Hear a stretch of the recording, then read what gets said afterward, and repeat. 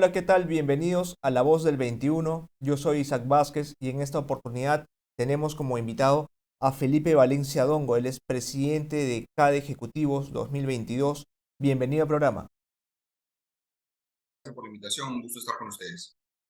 No, gracias por estar aquí con nosotros y estamos prácticamente ya a pocos días, ¿no?, de que comience justamente la principal convención, ¿no?, del sector privado, el sector empresarial. Y lo hacemos en un escenario que comparte algunos aspectos, ¿no?, con lo que se vio quizás en la edición de 2019, que era el tema de la crisis política justamente que había, pero que ahora, pues luego de una pandemia, sigue presente, ¿no? Pero con otros objetivos, con otros retos quizás que haya que asumir para poder tratar de lidiar con los problemas que tiene el país. ¿Cuál es el principal objetivo que se está trazando en esta edición de cada ejecutivo? Consideramos que Objetivos 2022 es particularmente relevante por tres razones. La primera, porque es la edición número 60, que quiere decir que CAE ha acompañado casi un tercio de la historia republicana del Perú. Lo segundo, porque volvemos a la presencialidad después de 3 años. Y lo tercero, porque buscamos aportar a la compleja situación que vive el país, ¿no? Bien, No sé, Isaac, ¿me estás escuchando bien? sí, escucho perfectamente. No hay problema con ello. Ya, perdón. Listo. No hay problema. Y la pregunta que nosotros nos hacíamos es, oye, ¿cómo ser útil a la coyuntura compleja del país? Y ahí lo que hemos hecho es sacar un aprendizaje de la psicología, que es que cuando una persona está en crisis, el psicólogo o la psicología suele recomendar que se requiere regresar a lo básico, a lo esencial. Entonces nosotros pensamos, oye, si eso ocurre para una persona, ocurre también para una familia, para una empresa, para un país. El Perú está en crisis política, social, económica, agravada en una crisis internacional. Entonces, la apuesta de CADE, el mensaje de CADE es volver a los indispensables, que son tres: inversión privada para el progreso, un Estado de instituciones sólidas y democracia.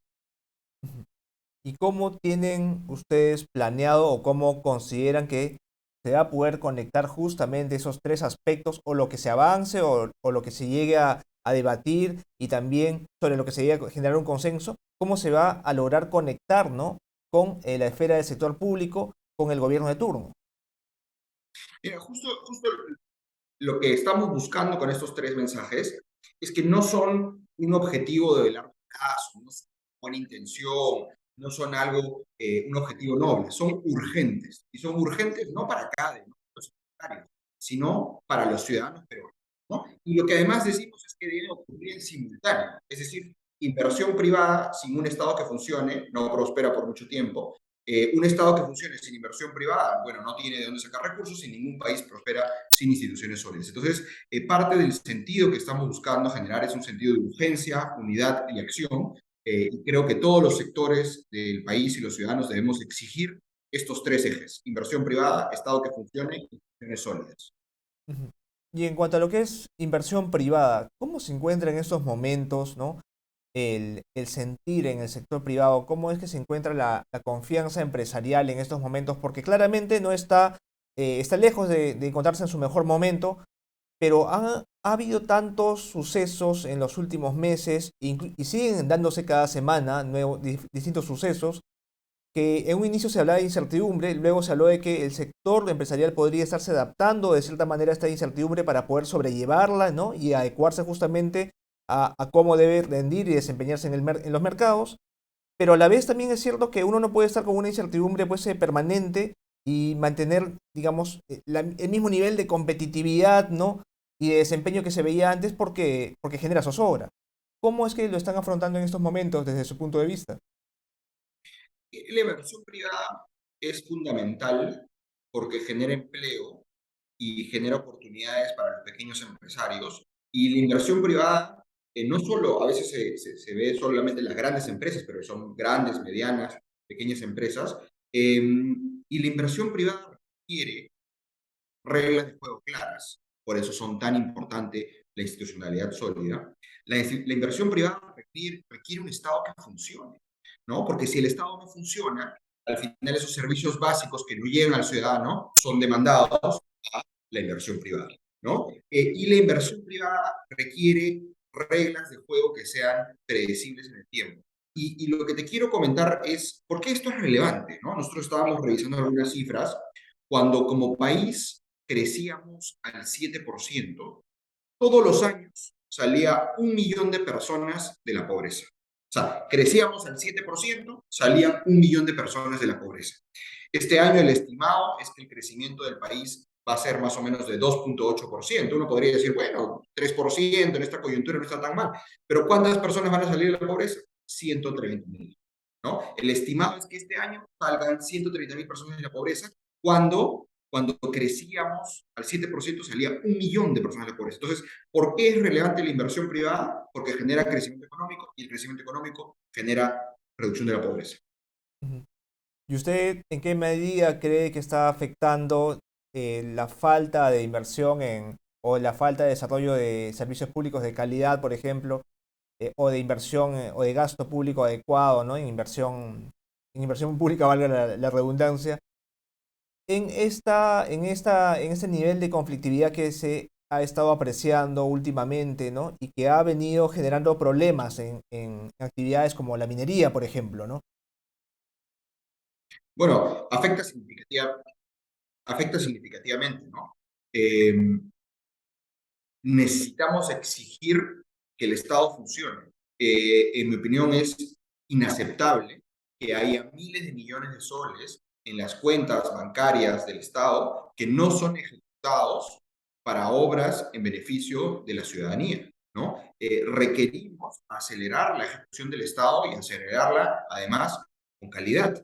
Y lo que tenemos que tomar en consideración, y yo creo que eso es relevante recalcar, es que la inversión internacional evalúa en qué países llevar sus capitales, ¿no? Entonces, si el Perú se vuelve menos atractivo y menos competitivo para el capital internacional, el capital no es que se quede ahí sentado, sino se va a ir a otro país, ¿no? Entonces, por un lado tenemos la necesidad de atraer inversiones y capitales internacionales, y eso implica instituciones sólidas, implica reglas de juego claras, y por otro lado, la cantidad de recursos que se han generado, por ejemplo, por la minería, por ejemplo, por el canon, ¿no? Es inaceptable que estén sentadas en las cuentas del banco. Ese dinero tiene que ser ejecutado en proyectos de desarrollo para los ciudadanos.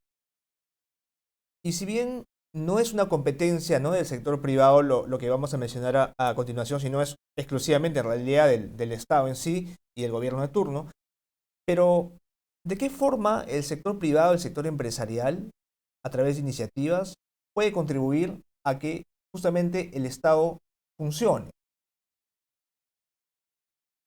Bueno, justamente hace algunos años se creó el Consejo Privado de Competitividad. El Consejo Privado de Competitividad, además, fue incubado en IPAE y presentado originalmente en un CADE. Y este año, en CADE Ejecutivos 2022, en la sesión de clausura, vamos a tener un panel llamado Propuestas al Perú, los peruanos en acción.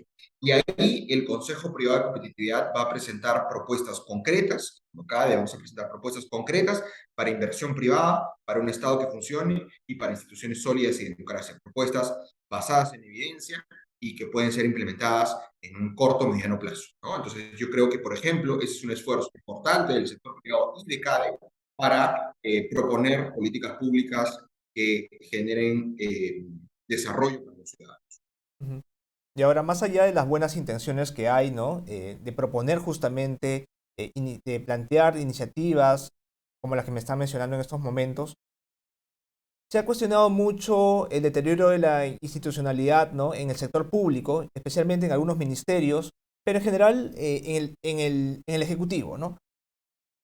¿Usted considera o tiene confianza en que el Ejecutivo va a recibir y van a usar al menos parcialmente las propuestas que van a ustedes a presentar? ¿Tienen algún alcance o alguna, digamos, señal, algún acercamiento que les diga que en efecto esto va a suceder? ¿O es digamos, un intento por dar un golpe de confianza y extender estas propuestas que me está mencionando?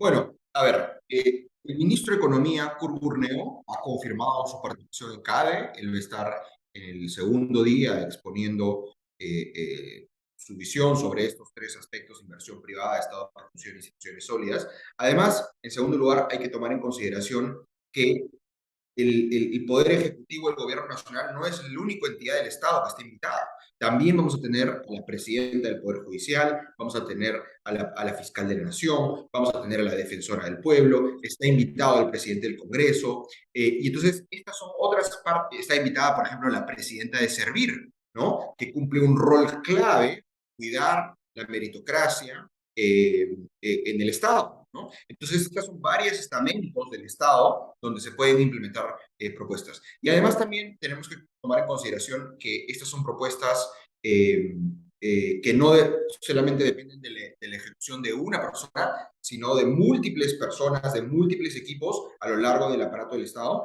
Y yo creo que todos los peruanos tenemos que exigirlas, ¿no? Esa es una exigencia ciudadana y de múltiples sectores. Y ahora que usted mencionaba algunas autoridades, ¿no? O representantes del sector público, ¿cuáles son aquellas que de cierta forma ya están pues confirmadas, cuya asistencia ya está confirmada para este CAE ejecutivo? Claro, vamos a tener, por ejemplo, el presidente del Banco Central de Reserva, vamos a tener al ministro de Economía, va a estar la presidenta de Servir, la presidenta del Poder Judicial, la defensora del pueblo, ¿no?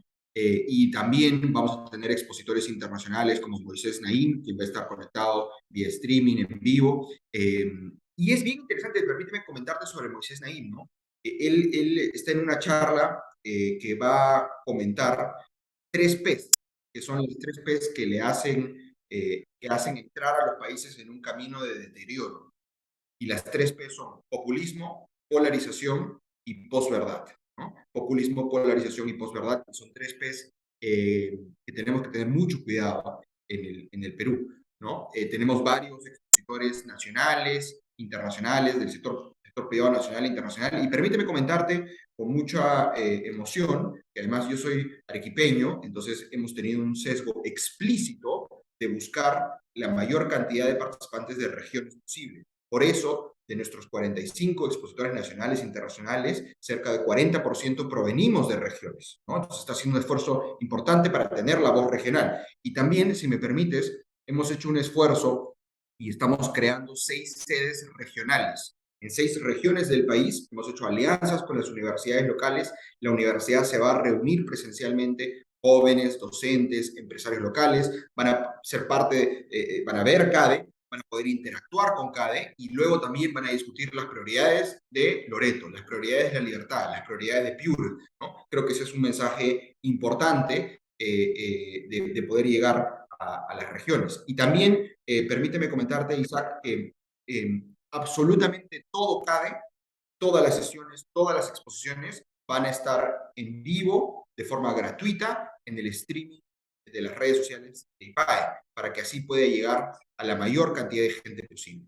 Y si me permite solamente un mensaje adicional, otro tema que es muy relevante para nosotros en CADE y en IPAE Asociación Empresarial es la participación de los jóvenes.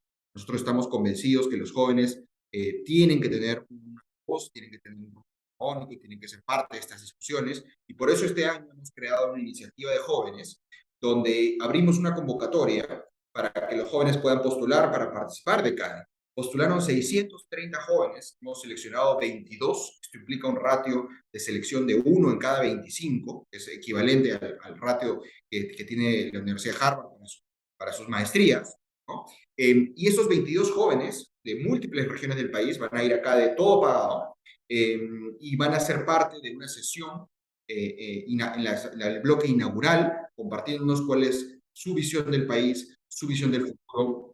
Creo que es un mensaje muy relevante que los jóvenes son parte de la agenda central de cada ejecutivo. Ujú. Bien. Y para redondear un poco una respuesta que nos había dado, unos comentarios que nos dio hace unos minutos respecto a las autoridades que iban a estar presentes y también a las labores que se pueden, digamos, hacer desde el mismo Estado para, pues, impulsar algunas políticas públicas, ¿no? O realizar las reformas que haga falta.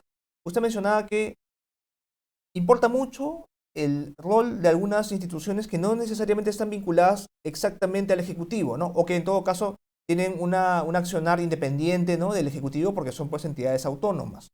Y en este caso, hablando de esas entidades o también de poderes que no son pues el Ejecutivo, ¿no? Tenemos al Legislativo, ¿no? Judicial. ¿Con cuáles considera usted que debe de pronto haber un mayor acercamiento, ¿no? Por parte del sector privado para poder, como usted lo mencionaba, trabajar de la mano para poder extender y desplegar las políticas que hagan falta o realizar los ajustes en las políticas que hagan falta para tener un desarrollo del país que vaya acorde a las necesidades que se mencionaban hace unos minutos? Bueno, yo creo que todas las instituciones son claves, ¿no? Creo que la situación actual de crisis amerita que los diversos sectores e instituciones eh, trabajemos con el ciudadano al centro. Dicho eso, creo, por supuesto, que para las políticas económicas, las políticas de generación de empleo, las políticas de crecimiento, el Banco Central de Reserva y el Ministerio de Economía y Finanzas son centrales, y por eso va a ser muy relevante escuchar la presentación de los dos titulares, ¿no? El presidente del Banco Central de Reserva y el ministro de Economía. Creo que ellos juegan un rol central para el presente y el futuro del país, y lo que hay que recordar es que estos tres indispensables que yo mencionaba, inversión privada, Estado, instituciones, tenemos que exigirlo, ¿no? Tenemos que obsesionarnos en que puedan ocurrir. ¿Por qué? Porque son el camino, no solo para salir de la crisis, sino también para avanzar hacia el desarrollo. Y como mencionaba al comienzo, quien más se perjudica cuando estos tres pilares no están funcionando son los peruanos más vulnerables. Entonces, por ellos, por los peruanos más vulnerables, por todos los ciudadanos, requerimos impulsar la inversión privada, el Estado que funcione y las instituciones sólidas. Y por último, una pregunta que es un poco más vinculada a la coyuntura actual. Hace poco el Indecopi se ha pronunciado sobre el caso del decreto del Ejecutivo que limita la tercerización laboral, ¿no? Y la declaró pues barrera burocrática. Ha habido, claro, ya un pronunciamiento del Ministerio de Trabajo en su momento diciendo que, bueno, su parecer obviamente no están de acuerdo con el Indecopi, pero todavía eso tiene un trecho por recorrer, ¿no? Digamos que hay un camino por recorrer hasta que se salga una resolución, digamos, final del Indecopi.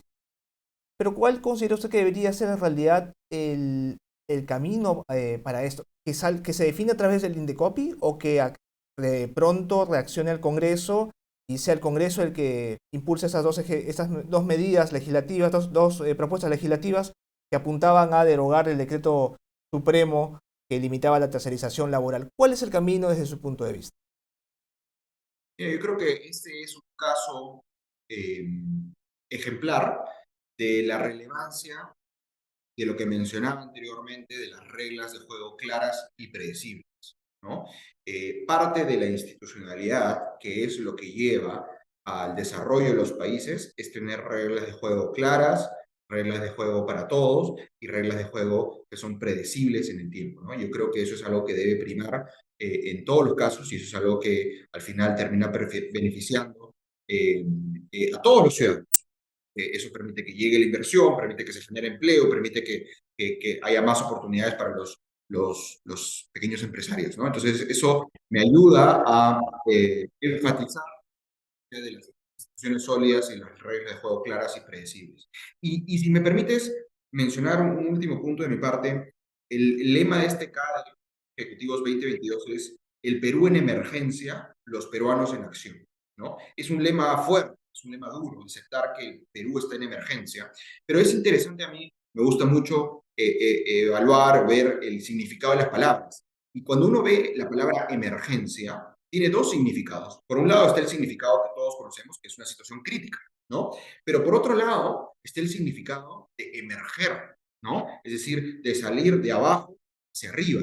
Y yo creo que el Perú está en emergencia, pero con los peruanos en acción desde distintos sectores vamos a poder emerger, salir de esta situación, y poder avanzar hacia el desarrollo.